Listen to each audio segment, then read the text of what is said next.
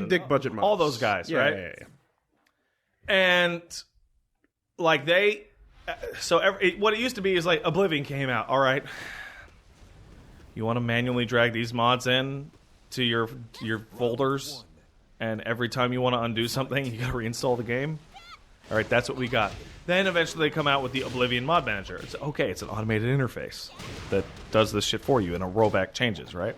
But it's for Oblivion, and there's absolutely no overlap between anything. And like the Oblivion Mod Manager works different from the Fallout Mod Manager, which you know, and then eventually the Nexus goes enough of this and creates the Nexus Mod Manager, which is a completely unified fucking thing that works and has rollback and shit, and has a built-in auto load sorter.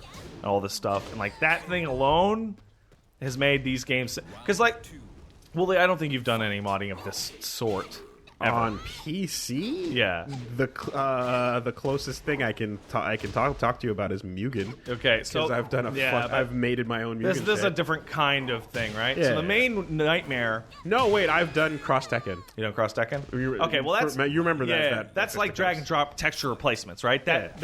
So with this kind of stuff, when you're involving scripting, the nightmare becomes, or it used to be rather, before boss loader and loot loader, it becomes okay. I'm installing 10 mods. They all have instructions about what they affect and what order they must be loaded in, and it becomes that riddle of okay, this weather mod must be loaded last. But this texture mod has to be loaded before scripting mods. This NPC mod that adds a character has to be before the texture mod thing, or do you want to have a thing that increases your run speed under certain conditions, yada, yada, yada. But forget all that. I actually want to talk about a specific one. Josh Sawyer is the guy, he was the project lead on New Vegas. And like 2-3 years, no, longer, a couple years after the game came out, he put a mod out that completely rebalances the gameplay into what it was supposed to be at some point in development, which added a lot more survival elements, made the game a lot harder. So it's an official mod? It's a semi-official mod. So, okay. It's very weird. A mod by an official person. It's the lead of the project saying this was what my intended. Right. It's like the health values of characters are modified. Sure, and all ammo has weight, stuff like that. And I played it for about 2 hours, and I just like, man, this sucks. Oh yeah.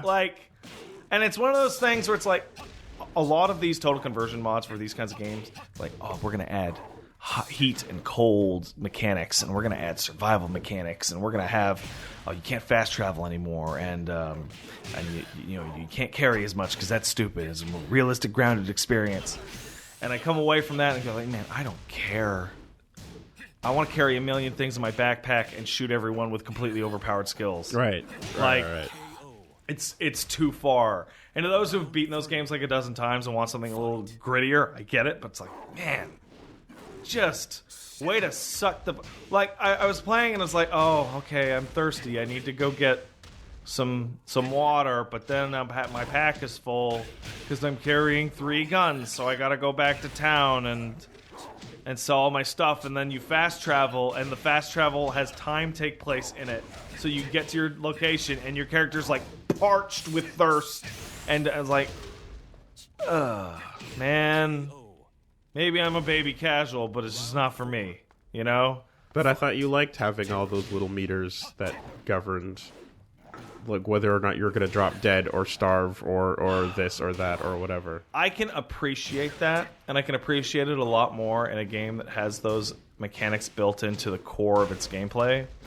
But games that have them as a side thing or added in after the fact, it's like, well, that's not really what I think that when I play this game, I focus on. Like, when I play a Skyrim or a New Vegas or what have you, I focus on 2 things. Talking to people, which is like most of it, honestly. Crawling through dungeons. I have to just make a hard, fast rule of preference. I think it would be like those things, I don't mind them as long as everyone else that I'm fighting in the game has the same Under the same rules. So enemies can starve as well. Enemies can get thirsty. Enemies can have the exact same I thing. can't think of a single fucking game that that does that. Yeah. But that's what it is I want everyone to have the same things as I do and the same problems that I can have and inflict the same issues on them that I can get inflicted on me. I know a game that does that, and you'll like it a lot because they recently showed off a really good character creator for it. It's Monster Hunter. Monster Hunter because I've heard of this monster. Enemies also get tired and need to eat food, just like you. Monsters. That's right. They need to get they get hungry. That's why you feed them the poison food. Monster Hunter World. That's correct. They actually did show off the character creator recently. It's not Black Desert, but Nothing is Black Desert. Very impressive. Now you're just trying too hard. No, you go look at it. Now you're trying too hard. You can do many characters in that character creator. You're saying something stupid. You're crazy. You crazy. That game looks good. Yeah, it's the most impressed I've been looking at a Monster Hunter. You know what? I don't know what else. Well, you know what? You know what helps? It doesn't look like a fucking 2DS game. Yeah, that does help. Like, I mean, that game's look like. I mean, you can if you think in your head Monster Hunter. What do you think? You think of Emotions playing on his PSP and crying, and There's that. You think of like PS2, like looking game. Yeah, like a fairly old janky shit that probably fairly plays primitive fun. game. Yeah, like it helps a lot to just make it look nice. I mean, it's just it's another franchise that I can see that it's like, you know, there's so many of them, but I can tell that if I sat down and gave it a real honest shot, I'd probably enjoy what was there, Or at the very least, or I'd find something you could in it. appreciate it from a distance, or what have you. But sometimes a game comes along and it just, you know, you miss the boat. Yeah. It passes you like strangers in the night. Don't and worry, man. You can't get back. Don't worry. on This boat comes back to port every 2 or 3 years. Okay. It's always a good time to start. Actually, it might actually help them a lot because Dragon's Dogma has become like a cult classic. And Dragon's Dogma is a Monster Hunter game, period. It is. It absolutely 100% is. It controls like it. It plays like it. It moves like it. Okay. It was designed to be, hey, well, Second Aronde, yeah. But it did, and like it is just as much like fucking Dojin bait as ever with its characters. But are you drawing your Dojins? They drew them for you. They did? Yeah, they're all there. But I will say that again, like the basic premise of fighting game shmup battle, and then you both turn into bosses and then create bullet patterns is pretty cool. So, isn't there like a situation in which like matches would become eventually like unwinnable if people got good enough? Like if Shmup God Pat fought himself, okay, would that match ever end?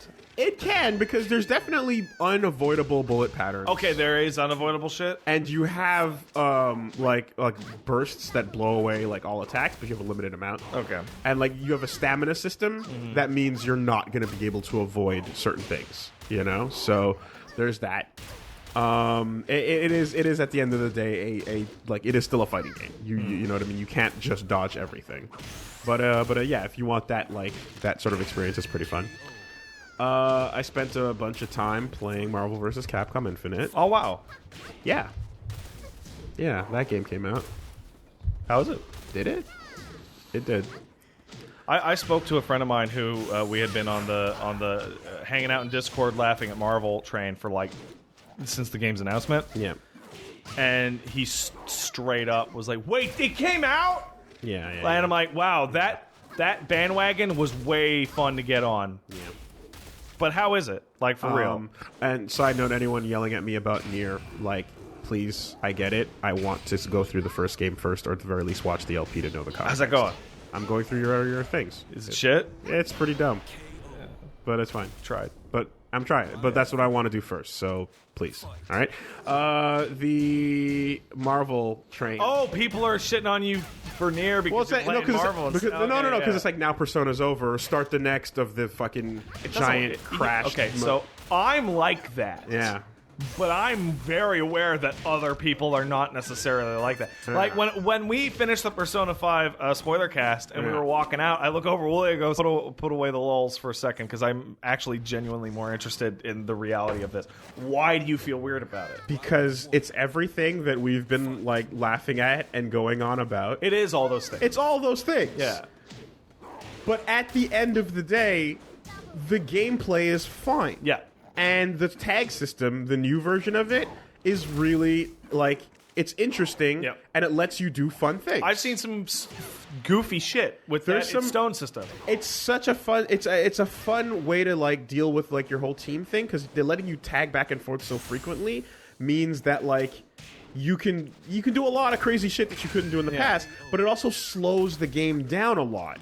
The game is nowhere near as chaotic as 3 or even 2 was. Yeah, because 2 and 3 both had a problem that we've talked about at length of like you're watching people play the game, and unless you're in there, you're looking at it going, I don't know What the fuck is happening? There are 6 that are often matches like 6 characters are out on screen near constantly. Yeah, so it's like that's tough to follow. In this, at high level, you're watching 4 characters on screen doing things, and that's about it. And I mean, in general, the way it's sort of set up is that like there's things that clutter the screen that like deliberately hide what you're doing so that you can find a way to open them up or whatever. Sure. But it's never to the point of like strikers in addition to supers in addition to the DHCs and whatnot. Yeah. And so it reminds me a lot more of Marvel vs. Capcom 1. Right? That's a good thing, right? The feeling of MVC 1 is a good thing. I like MVC 1 a lot. Especially with the return of crossover combination and like 2 characters fighting on screen at the same time doing stuff, right?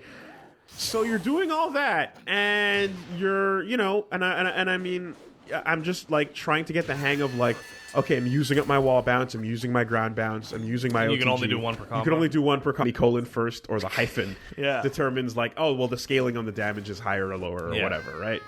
Or you can go for a reset, all that stuff. It's the same old fun beginning of a hyper game. Yeah. Invent your own mix. Where the sky's the limit on nonsense you can create. I found some really cool Spencer tech that like no one else has seen or done or whatever that I'm like happy about like inventing. Yeah. So that's fun. At the same time, I've never yawned so hard every time I've like played the game, picked a character, and fought another team online or offline, because I'm so bored with the roster already It's that it's painful. And it sucks because I'm like, this is brand new, and you know, and like that exhaustion you get from like, I don't know, maybe 8 to 10 months in, like I just remember under a year. really specific moment in time when people were like, man, wish like there was a Super Marvel 3 or something, right? And then they said, hey, it's Ultimate Marvel, and then all the characters got leaked out and everyone went, yeah! And the excitement was rejuvenated. It feels like we're at that point immediately. It's instant, like it's so funny to think about how they really do feel like function versus function infinite, because you're already like, yeah, I know this is what that character. Yeah, I know that it's the same. So to break it down, like in the current roster of 30, I want to say 30, 30, 5 are new. 6? 1, yeah. Who's this? Who's the 6? Well, it's, what is it? It's Because I know on Capcom it's Jeddah and X. Thanos, Jeddah, X, Gamora. But Okay, regardless. Anyway, It's like 18 to 20% of the roster is new, and all the others, yeah, Captain Marvel, yeah, you're right, 6. You're super right. But it's like, it's not even that they're characters that have already been hyper fighting. It's not even that they're characters that are long-standing Capcom or Marvel characters. You know, it's that like of those 80% or 78% that are returning, yeah, like 90% of that is returning from the last game. right. So what we have now, because a character like Jeddah's new. a character like Thanos is new, but he's been in the 2D games. Yeah. But it's new enough in the sense that he hasn't been in the last game. Anyway, so you have like all that going on, and you have the feeling that this is almost like, this is not Tekken 7, this is Tekken Revolution. Bloodline Revolution? No. Tekken Revolution. Oh, man, the movie? No, the online, the free-to-play game. the online only free to play game, right? That's the feeling, right? This is the Soul Calibur Broken Destiny. Come on, that one's too much. But it's the feeling of it's not the next game It's the in-between where we off-brand took game. all the same stuff and then have a couple new things for you. Eliza's new, Eliza, Reddit, whatever. But it's all the other Tekken characters. We had a small discussion like last week, right after we finished the podcast about this. But it's not free to play. And it's like the point that you brought up is something that I hadn't considered, because we were talking about Spencer, right? Yeah. Spencer's a genuinely baffling re-inclusion. Most confusing because go on. And the point that Wooly brought up was that, like, okay, you're gonna use Spencer again. That's fine. He's a good fighter. He can, he's got cool moves. Why not just use the character model from the other Spencer that you already have as a DLC? The red-haired, The short, DLC like 80s rearmed Spencer. costume